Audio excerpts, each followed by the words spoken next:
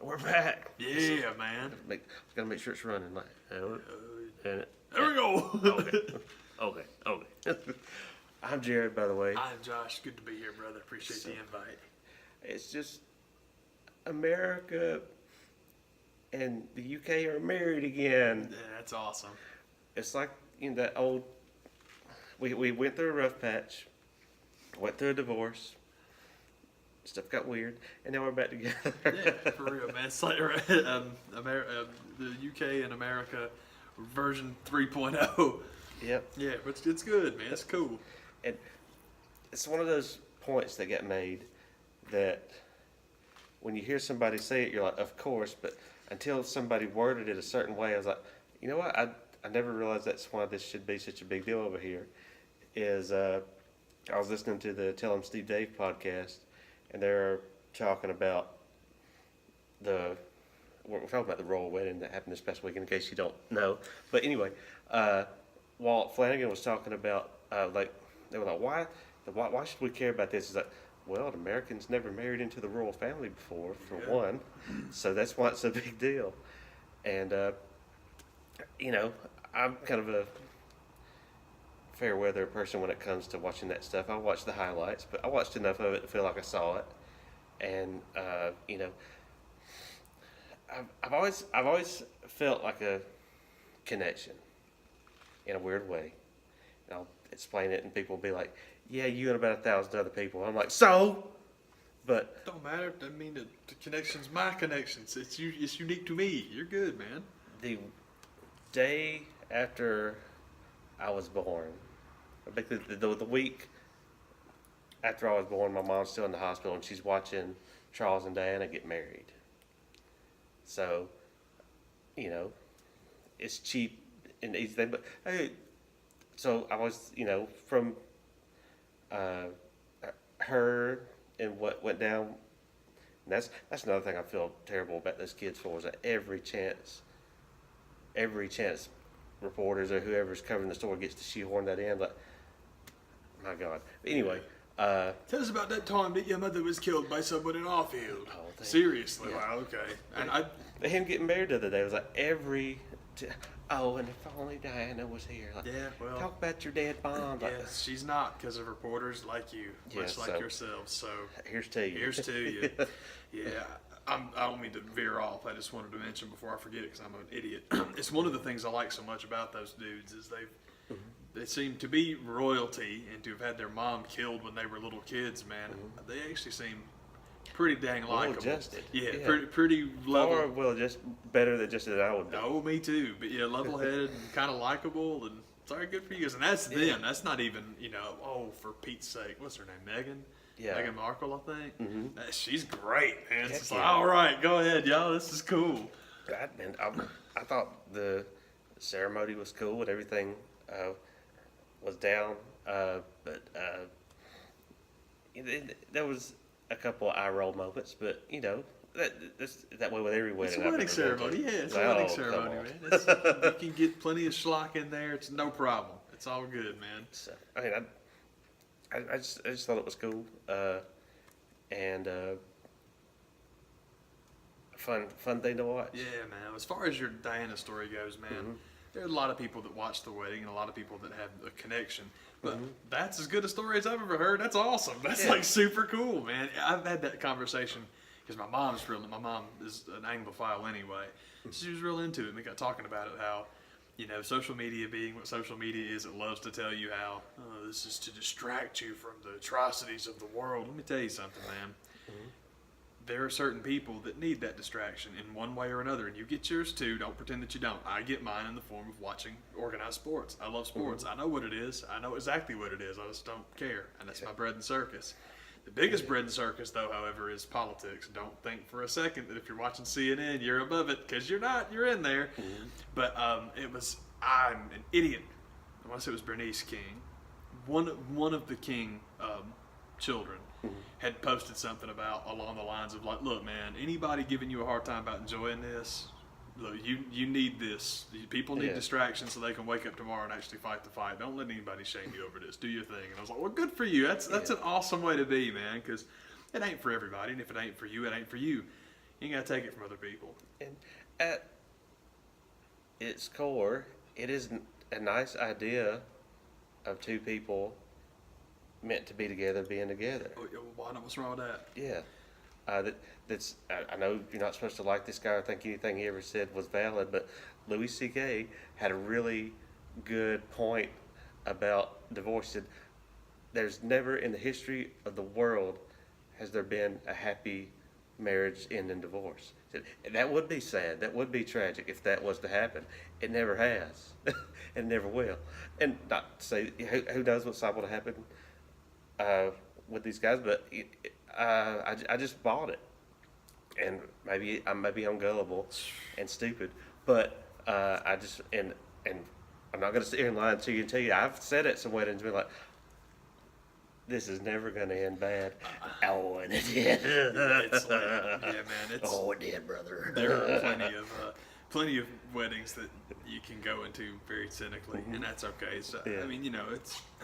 There's plenty of people. There's no ring on these fingers, never have been. Yeah, me neither. Don't plan on it, so. Yeah. I'm all right with it. So, yeah, for an Who's outsider. better to speak on it than me? It's an outsider's perspective. Let me tell you, because I've been so married. The next subject is raising your children. Let me tell you, brother, the wedding, woo! It's really just tremendous. Being married and getting divorced is tremendous. It's my favorite thing to do. Yeah, I love divorcing the nature boy. Ooh, daddy. Ooh, let me tell you. You kidding me? You kidding me? Get divorced? kidding me, right? Get divorced again? You kidding me? Who didn't see that coming? Woo! Nah, man, I'm with you. It's anything. I don't know, man. Anybody gets married, why be? There's no reason to be pissy about that, man. I'm totally with you. I think it's cool. People enjoying it and having fun with it. Why on earth would you not? It's on television anyway. Most things on television are crap. At least this was something fun that gave people something to smile at for a little while. What's wrong with that? You want to compare it to a sport? I don't understand whether you live in the UK or whether you're from Ohio or wherever you're from and flew all the way over there. I don't get going to it. To me, I think those people that waited along the parade route would have had a way better time and been able to enjoy it if they sat at home and watched it. Yeah. But just to go out there and just to get a chance, a glimpse to see somebody ride by in a carriage, I don't get that. But if that's your deal, by all means, have it. I'll just like to sit at home and make fun of it from the comfort of the couch with AC and my own toilet and all that stuff. Enjoying the wedding and making fun of you guys standing out there on the side of the street. I saw something today I thought was real funny. It was just everybody likes the comparison shot, and it's the comparison shot of the mall at the National Mall in D.C. of the Trump inauguration, and then the royal wedding was the second one. The third one, I saw one that had like an additional one that was even better because the third one was the Trump. For Pete's sake, what the heck's the word, man? I'm sorry. It's what happened to Clinton when it's not the removal from office, but I'm completely impeachment trial. Thank you. Okay. Yeah, thank you very much. It's like Trump's impeachment, and they used a picture of like WrestleMania with like the fireworks going off in the football stadium all full of people. It's like, that's ridiculous, man. It's the first order meeting outside. Oh man. The weapon of getting ready to go off. Man, if it's gonna do it, Trump getting I think he should hire Gene Simmons to be in charge of marketing the official impeachment. I think that he should make as much money off of it as you possibly can. Yeah, and that was the crazy thing that happened to me was I was like legit excited to watch this, and I'm sitting there watching the thing, and that's kind of my deal, whether we've ever met or not, is even though it is a fun, cool thing to watch, I got to talk crap about stuff, and the joke that I made was. Harry looks like he's going to get married on the Death Star. And I just could not believe the people that had a problem with that. I was like I'll have you know that is a military uniform. He served 2 tours in Afghanistan. How dare you? And I was like, it still looks like he's going to get married by Darth Vader to me. I was like, it's meant to be a joke, but calm down, people. We'll talk about it for real. I'm well aware of what he did, and it's cool that he did it. That's you do not prove or disprove the fact that that looks weird. He's gonna be married by Darth Sidious. I can't change that. That's not my fault, not my problem. The Royal Air Force uniform looks like First Order. It looked like he had 14 ties on. Oh, awesome. I was like, why? Why is that necessary? I was like, that is a military uniform, okay? I was like, I didn't say it wasn't. Glorious. That's fantastic, and I'm happy for him. How about it? That's right. But I mean, and it all built up to one of the most shoehorned in Saturday Night Live jokes that we talked about earlier that I thought was hilarious. Oh, yes. Just for no other reason than the fact that they wanted to have Eddie Bryant play Elton John. It's the skit was Harry's going around and filming his own wedding video, like showing you around all the people that came to the wedding and just that and the other thing. And there was a good joke of Kate Middleton being drunk off one bottle of wine because I've been pregnant for like the past 4 years. Yeah, it was awesome. It's like, what if you had to drink one bottle of white wine or one glass of white wine? And it gets around to the celebrities that are there, and it's Eddie Bryant playing Elton John, and just so they could have the joke, like, how have things been going? It's been a good Saturday. Eddie Bryant's Elton John was pretty awesome, man. The stupid joke that I just laughed my butt off at. I thought it was great, because it's like, that's Eddie Bryant as Elton John, man. They worked in Saturday Night's All Right for Fighting. So, this isn't, I know this wasn't meant to pop me as big as it did, but it did. But it did, man. My thing, I was telling Jared, my thing I enjoyed was Leslie Jones being at the wedding, on the wedding video, as herself. I love the idea of Leslie Jones being invited to the royal wedding. I'm like, yes, that's awesome. Where Oprah at? There she goes. There she goes. So that was fun. But man, I've just always had that weird connection to that family. Can't explain why. It's not like I'm obsessed to the level that some people are, but I've always kind of felt like, man, I think we'd probably hang out. Yeah, your positive stuff, cool. Your reactions. Excuse me, man. Good for them. But that really is kind of what made you want to turn off the TV on Saturday. And I know I can't stress enough just how much of a downer it got to be with every single way they could shoehorn in. Oh, remember when your mama died? So my belief is that was murder. You know, I just call it what it is. It wasn't an accident or whatever. It straight up, you know, I call it murder anyway. But just every way they could try to shoehorn that in, like, and his mama died. Let her die. As much as that's crass to say, but stop shoehorning it in. Like, remember the good times and all that stuff, but my Lord, that's been a long time ago. If you're going to keep talking about it, at least put Anthony Edwards doing his impersonation ever back on Saturday Night Live, because that's one of the most tragic losses in the history of comedy, because that was so good, and they won't run it anymore. And it's not like it was offensive at all. It's just her.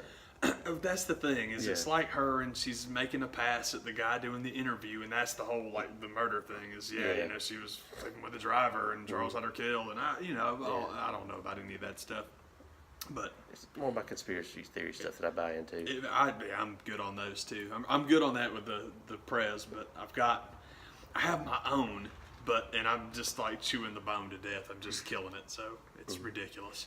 But I love that kind of stuff. I'm totally with you. But that's all I can figure is that with the rumors going around that she was cheating on Tara. Well, you know, I don't know if she was or not. It doesn't matter to me anyway, because I wasn't married to either one of them. But I guess that's it, is that with the her like making eyes at the guy, which is great when you consider Anthony Edwards. It was very funny, and I wish that somebody somewhere had it, because it was very funny, and I hate that it's gone now. It's odd, some of the stuff they picked. They're stricken from history of that show, and some of the stuff that gets to stick around. You know, my favorite, Sinead O'Connor's my favorite of all time. He is still so furious about that, because you wanted your little live television show right up till you got it. And then all of a sudden, that's too far. Why? Because you weren't in control of it, or because Catholics got mad at you? Because they ain't mad at you now. She was right. It sucks to be right, don't it? But yeah, that's the best thing ever. Mainly because that song is That performance of that song is crazy, man. Oh yeah. That's a talented woman, and Oh, yeah. I love her. I still say that is the most punk rock thing that anybody's ever done, because it's really easy to talk about socialist and communist politics in a capitalistic country when nothing's ever going to change. Nobody. It's like, okay, it's cool. Keep singing about your unions and unity and all that good stuff, man. But until you throw it out there like Sinead did, I don't want to hear it. Let's not have a measuring contest there. Real talk got too real too quick. Absolutely. Let's not have a wiener measuring contest with that woman from Dublin, because she's going to beat all of us. And to her credit, one of the things that was really cool, years later on her Behind the Music, she didn't realize that we didn't know. Yeah. Some of the stuff that was going on, that wasn't as huge here as it was gonna get. Yeah. Oh, totally. The time she said it, it's one of those things like when you watch Spotlight, which is a great movie, by the way, if you're interested. It's fantastic. But it's all like, man, the Boston Globe broke all this news. No, they didn't. They did not. Sinead O'Connor broke the news, and 10 years later, the Boston Globe was like, what? Whoa! What is this? Why was this priest taken out of circulation and put? Well, let's find out about this. It's an excellent movie, though, man. Seriously. But I had this thing that I thought they should have played Sinead O'Connor's War over the closing credits, but people would have killed themselves if they'd done that. Excuse me. And so, not giving Sinead any credit on Spotlight is okay, because Steve Englehart got credit for creating Star-Lord, so I'm okay with that. Yeah. Steve Englehart got his credit in probably Guardians of the Galaxy, I'm sure, but I know in the last Avengers it was in there, and I'm like, all right, Steve Englehart, baby. Heck yeah. And that's how you go from talking about the Royal Wedding to Marvel Comics in the 70s, because that's what we do. Full circle. That's what we do, brother. Full circle. That's what we do. It's Billy Preston conversation. Will it go round in circles? I love that song. That song was awesome. My brother wrote me a text. I remember where he was eating, man, but somebody was playing that song. So he was like, man, this song is awesome. I'm like, I know, it's good, it's the best. So that was another veering conversation that don't need anything. But, my brother and I watch out for each other. When we hear Billy Preston, it's like, hey, man, Billy's on. We give him to text immediately. Dial it over. Yeah, for real, man. Let me know, brother. Way to go round in circles. Speaking of music and concerts and such, there's a video that you can go watch on this very channel. Yeah, buddy. Of where I went last night. It's my first time ever going to the Verizon Wireless. Let's get Carrie joke for people from Atlanta that drink Sweetwater. That's right. Willie Nelson and family played with Alison Krauss. Not with Union Station, just Alison Krauss. But whatever. For real. Doesn't matter. She's still going to show us up. One of the coolest things about seeing Alison Krauss in person is she has one of those voices that you're just kind of like, yeah, but can she do it live? And then she does it, and you're like, oh, that what? Yeah, man. Just awesome. And the Verizon Wireless Amphitheater it's one of those venues in town that for some reason I thought it was one of the newer ones that had been built. But you get there, and it's in a super nice part of Alpharetta, but you're kind of like, something just seems old about this. It looks like, I'm sure your local Six Flags had an amphitheater. In Atlanta, it was the Southern Star. It's gone now, but it was, it looks like one of those just on steroids.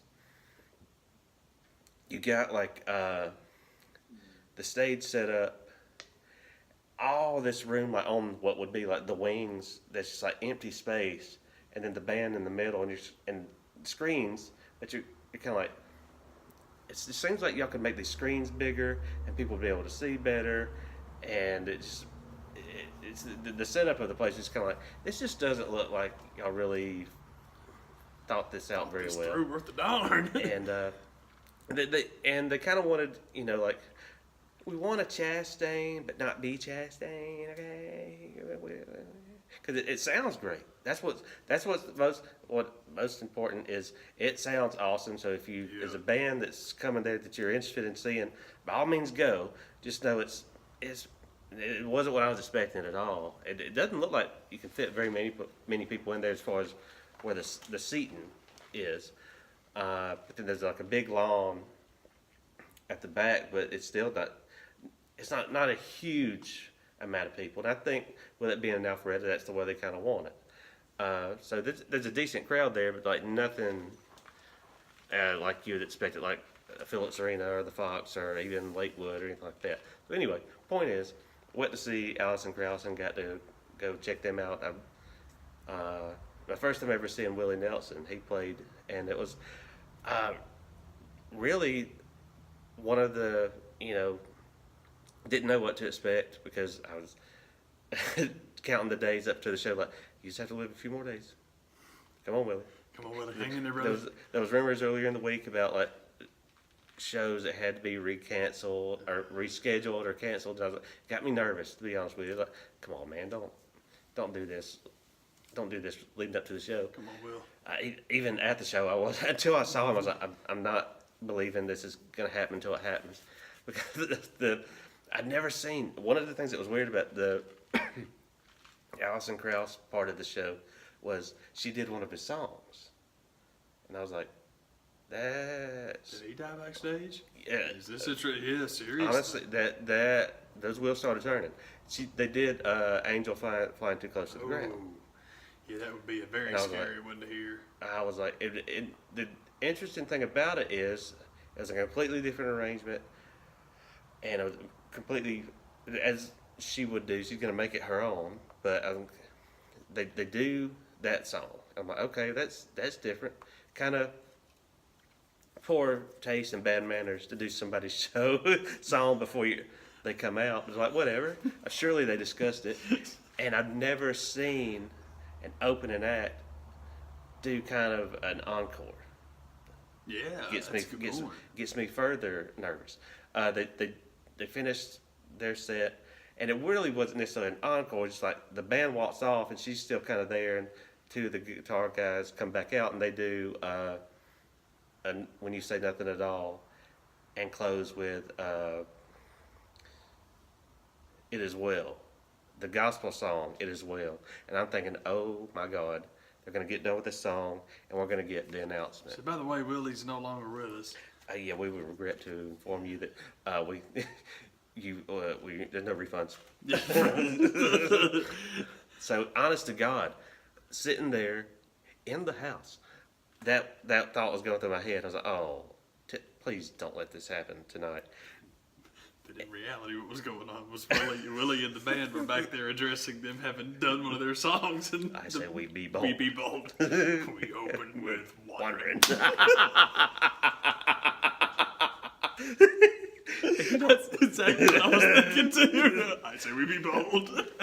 You don't know the movie A Mighty Wind. Do yourself a favor. Just buy it. Hit pause and go check it out. Buy a copy of it. Watch it as many times as you can. Wandering. Never did no wandering. I forgot about that. Yeah. That's the best part.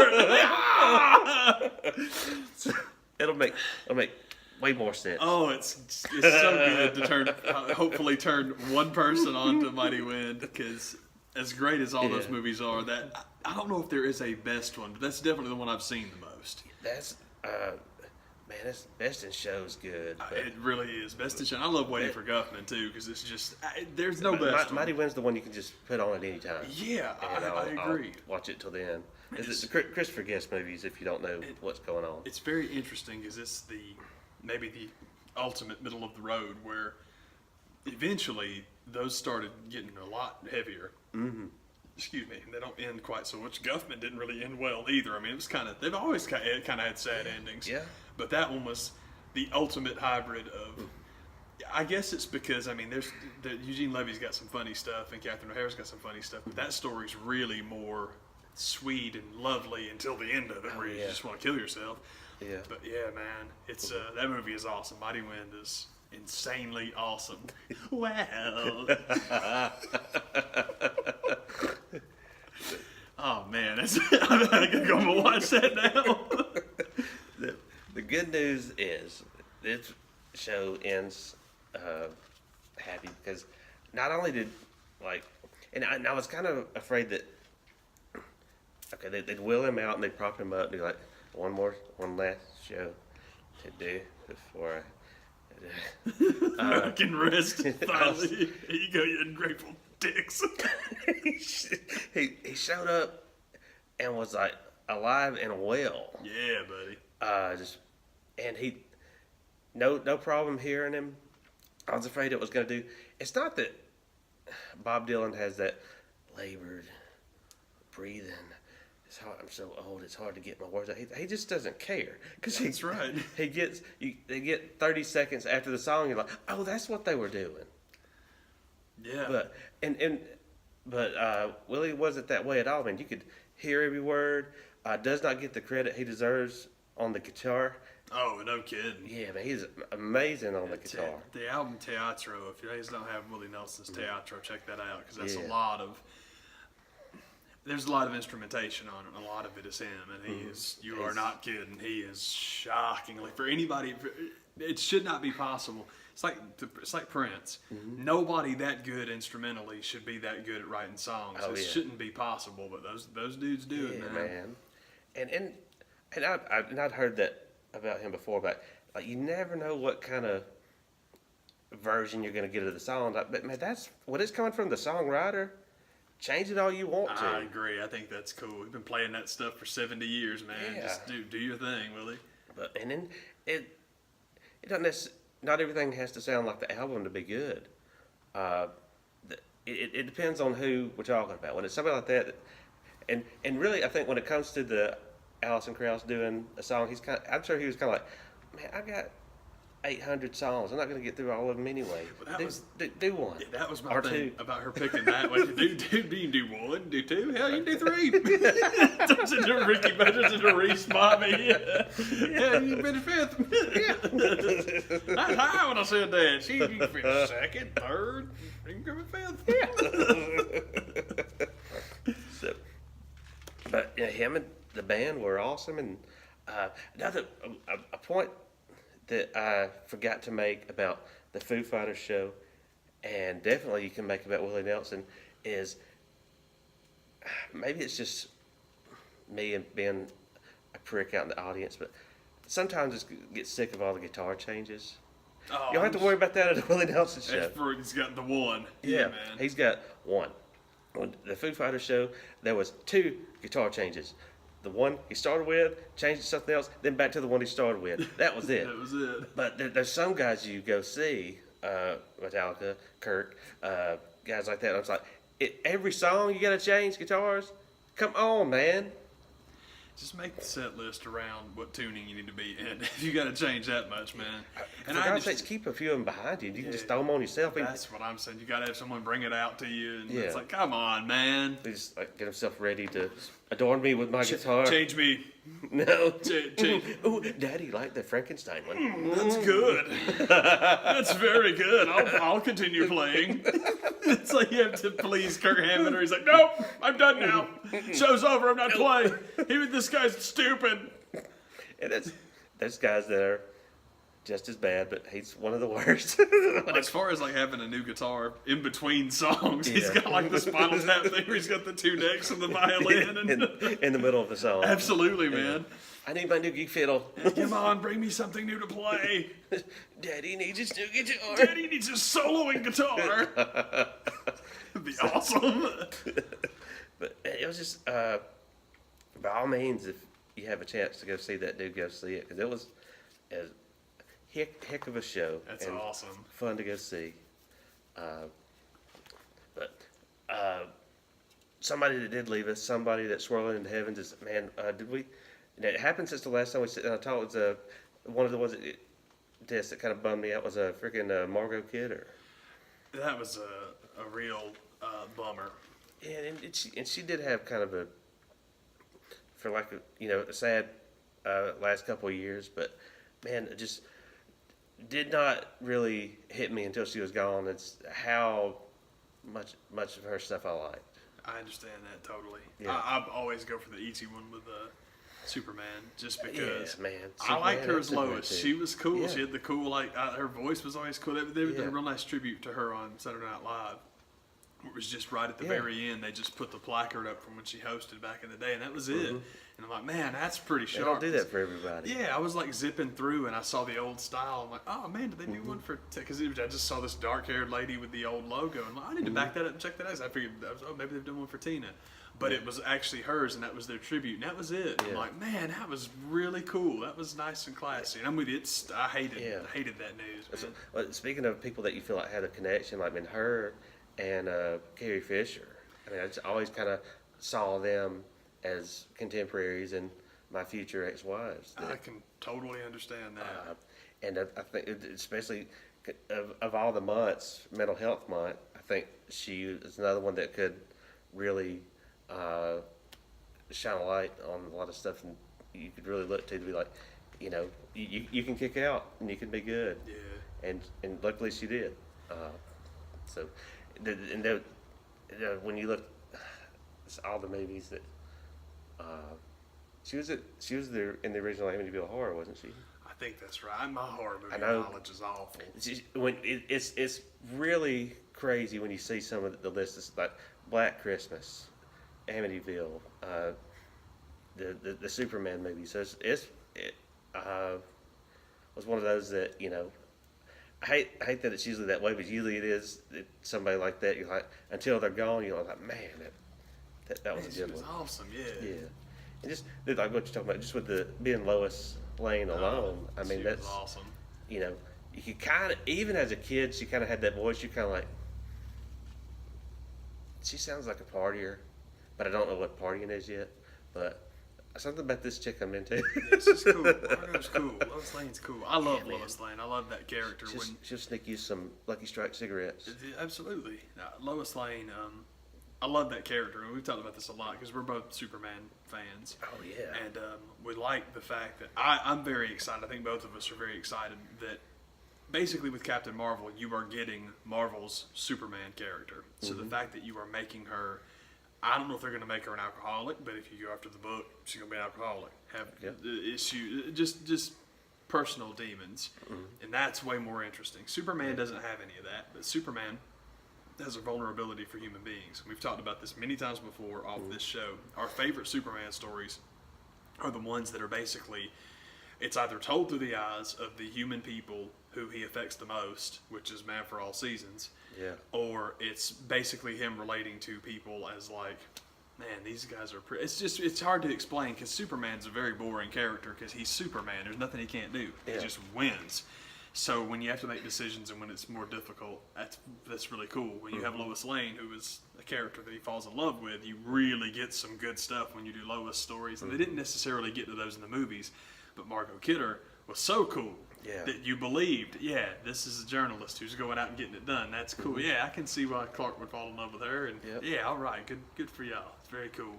And then she shoots him in the second one. Jesus. Yeah, the Richard Donner version is like, I think it's you. You're Superman. Bam. Like, good Lord. I was right. I had never seen that cut of the Dick Donner version of the Superman until the DVD box set several years ago. And I wasn't ready for that. I was like, what just happened? I like the fireplace a lot better. I thought that worked a lot better. The studio got that one right, Dick. No kidding. I was like, I think they made a better decision there. Well, no, I was trying to show that she's such a good reporter and she's so smart that she'd figured it out. Yeah, and then when he grabbed 5 minutes into the movie. Yeah, when she grabbed the thing and he didn't get burned up, she put it together awful quick. Yeah. Wow, Clark, that's amazing. It's like you're Superman. 2 hours later, wait a minute. It didn't take her any time at all. It's like she figured it out. It was fine. That wasn't enough. That's right. Man of Steel? Possibly. Let's find out. I want to see your blood. I'm going to shoot you, Clark. If you're Superman, you won't die. If you're not Superman, well, we'll see. I gotta go find him. I'm a good reporter. It's okay. I'm a good reporter. I'm a murderer, but I'm a good reporter. I'll find him, you dead piece of crap. Jonathan, Martha, sorry, Clark's dead. What? Oh, I shot him. Yeah. Well, I thought he was Superman. About that. I had the glasses fell off. I been- had to find out. I've been wrong before. What can I say for his glasses fell off, so I had to shoot him. The glasses fell off and this curl came down. I said, I must find out. That's right. Inquiry minds want to know. I'm going to shoot you, Clark. You're either going to die or reveal yourself to be Superman. Either way, what a scoop for me! Front page, here you go, Perry White. How I became a murderer in pursuit of Superman. Part 1. Continued on page 14. Exactly. Below the fold. Below the fold.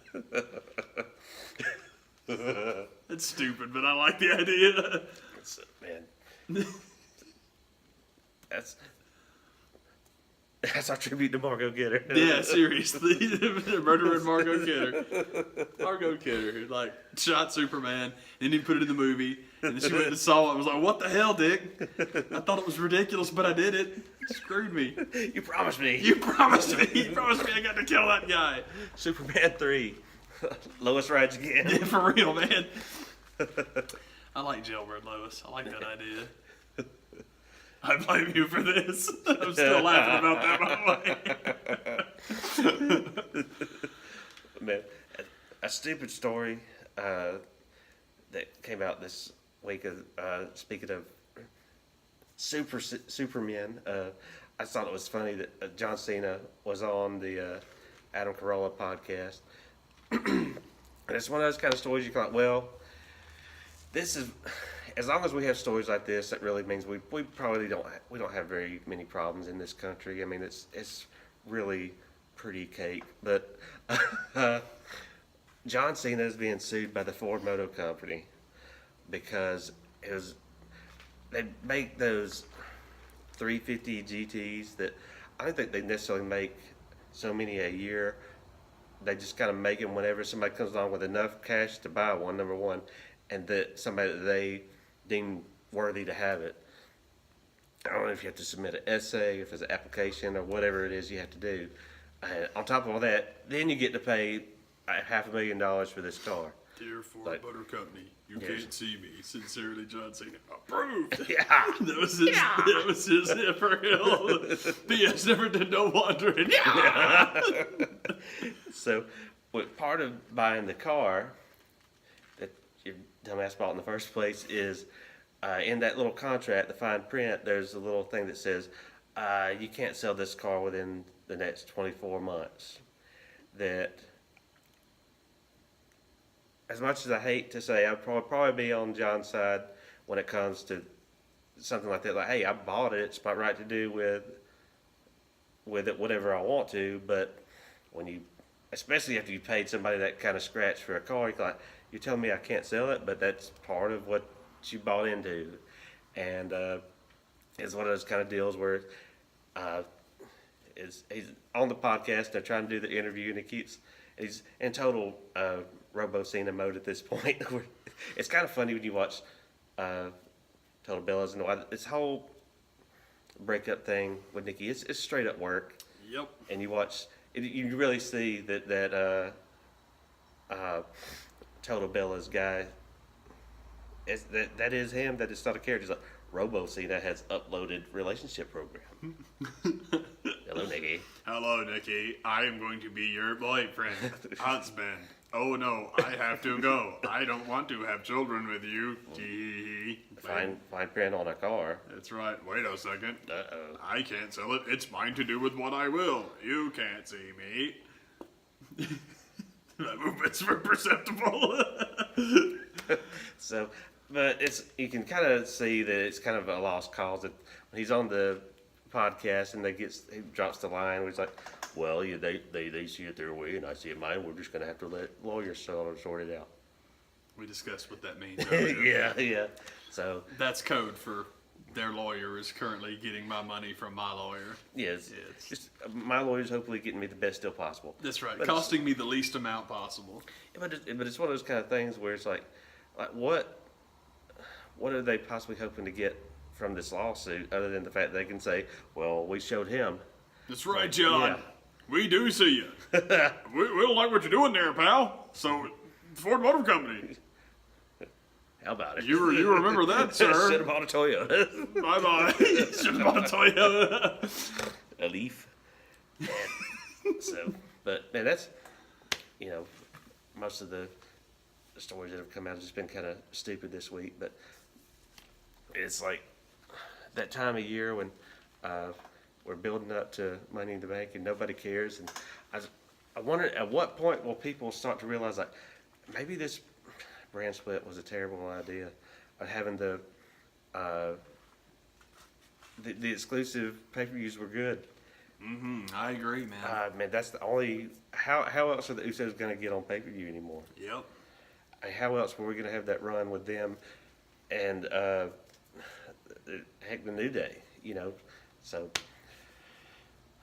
I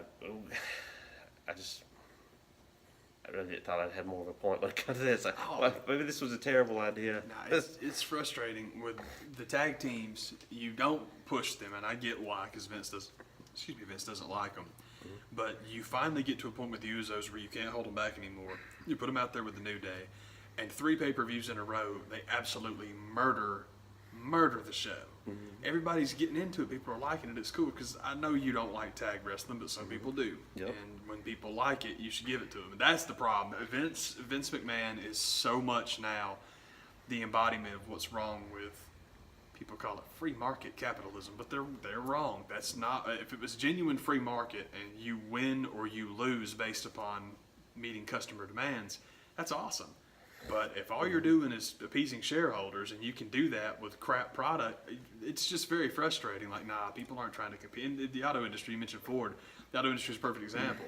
If the auto industry was straight up kill or be killed, Ford, Chevy, G, none of them would be around anymore. Yeah, Japan would have eaten them decades ago. But with government subsidies, you can keep them around, and that's what frustrates me. Is like anytime anybody at a work level loses their job, well, that's just business.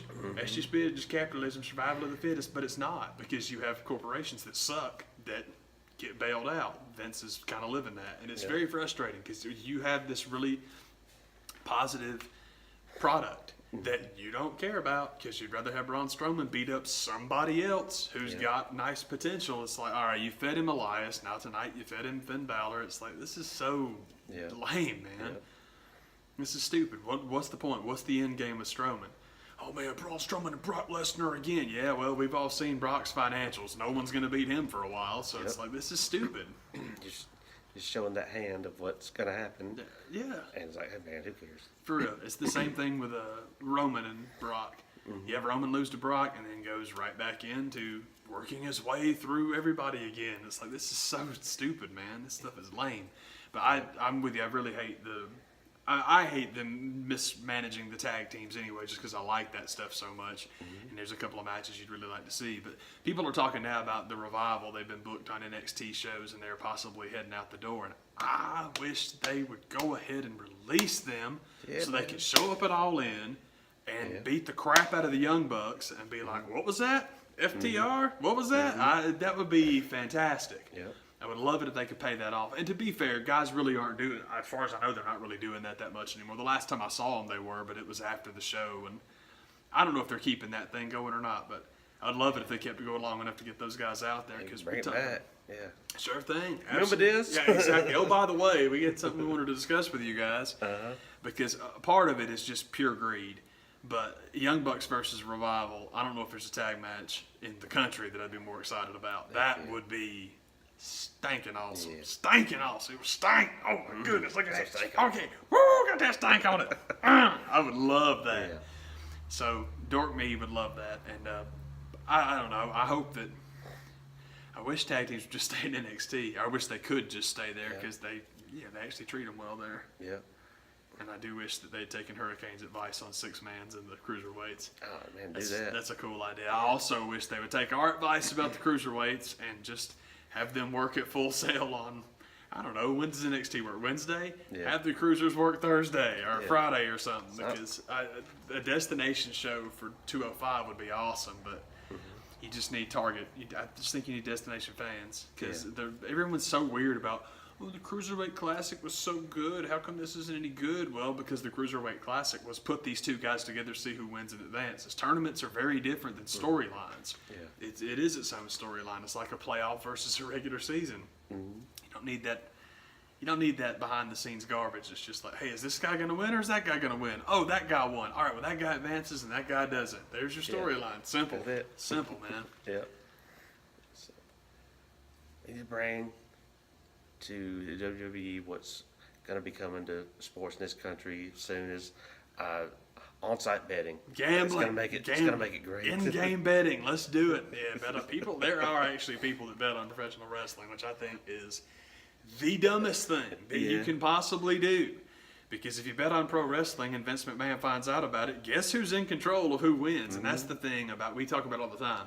Professional sports in America are rigged anyway. They are. They absolutely are. So if you want to be dumb enough to hand money over, because they keep talking about, well, you know, the organizations, they're not sure if they're going to get a cut of this or not.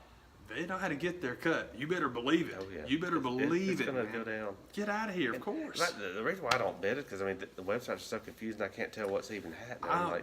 Am I betting on, like, is he going to drop the ball at the end of the third inning on the mound or the color of the, you know, freaking socks he's going to have on? I can't tell just by all these numbers. I'm betting on whether or not the person throwing out the ceremonial first pitch actually gets it across the plate or throws it to third base. Yeah. Now, I'm with you. Gambling just doesn't appeal to me. I love it because it's going to add more interest to the games. And the games, it's funny that ESPN wants to stop. It's the NFL. The NFL is going to help the NFL. The NFL will be great.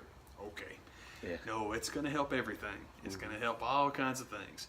I think baseball would be probably get the most help from it because it's just, I mean, baseball was made for betting. The pace of the game, the fact you can bet on everything, I mean, it's written on the wall. Baseball is going to do great off of in-game betting. But basketball, soccer, football will be fine too. It's just this notion that it's the only one. I think it's funny. It'd be real cute to see the NCAA make gambling money too and still not pay the kids. But we were talking about that. Adam Silver was on talking about the one and done rule and how Congress, or not Congress, but you know, Condoleezza Rice and the group, the NCAA basketball, they're not going to do one and dones anymore. What are you going to do? They're not going to do it anymore. They won't take one and dones. What are you going to do? And Adam Silver is like, well, clearly that means the NCAA doesn't want these talents, so we'll take them, put them in the G League. And it's I know that you guys want them to freak out because you expect them to want all the concessions you've given the NFL, where you tell the NFL, don't worry about these employees for 3 years. We'll keep them down here, and if they get hurt, you never have to pay them. Mm-hmm. Basketball, you want to force them into a baseball situation where, well, it's housing and minor leaguing, and you got to take care of them. You don't want to do that, do you? Basketball has so much cash to burn, they're not even worried about it. Yep. Right now, they're existing in this little bubble where it's like, well, you know, we're not going to pay it until we have to, but as soon as we have to, no problem. Yeah. It's great. We'll deal. It's great. Yeah, the G League is going to be very exciting, and that's something. It's weird because ESPN has a deal with the G League, but you know those negotiations are not going to go the way they want them to if you start having DeAndre Ayton and Marvin Bagley and the other kid, the junior kid. I don't remember his name. The other kid at Duke. I don't remember his name. That's something real quick, and I'll leave you alone. But I'm very excited about the Hawks draft prospects, possibility of love having number 3. That's real cool. I hope we wind up with Luka Doncic or Marvin Bagley. I'm kind of hoping we can bundle the rest of them up and get a 15 to 19 and draft. I still forgot his dadgum name because I'm a moron. But the kid, the point guard from Villanova, I would love that. If Dennis Schroeder is serious about wanting out. If Denny wants to play here, I love Denny, but if he really wants out, let him go. We'll start with a whole new backcourt and go from there. It's we had one of those years, and considering letting Coach Bud go, I don't like that move, but it makes plenty of sense for Dennis to want to go with him. Yeah, I could see that. I could totally see him lining up in I don't know who's running the point for. I should know who's running the point for Milwaukee. I watched him play so much this year. I should remember that. It wasn't Teague. Teague was Minnesota. But anyway, I'm good with it. I'm totally cool because I'm with Jared. I love Coach Bud. I understand that when you bring in the new GM, this is the order. We talked about it. Bring in the new GM. He's going to bring in a new coach. New coach going to bring in a new point guard. That's just how it goes. So I understand all that. If Dennis wants to be the point guard, I love him. If he doesn't, that's okay too. Yeah. It's all good. But yeah, you can start a whole new backcourt with Doncic and for Pete's sake, I thought it would come back to me, man. His first name starts with a J. Seems like his last name starts with a B. It's not me, but it's like, man, I don't remember it because I'm dumb. But I know I like that kid because I watched him play a lot in the tournament, and he's experienced, especially for a college kid. 'Cause he stayed his junior year, won 2 national titles. Like, all right, let's do it. Heck yeah, man. Yeah, man. Man, that's what's up. That is how we do it. Talk to y'all later. Yeah. Bye.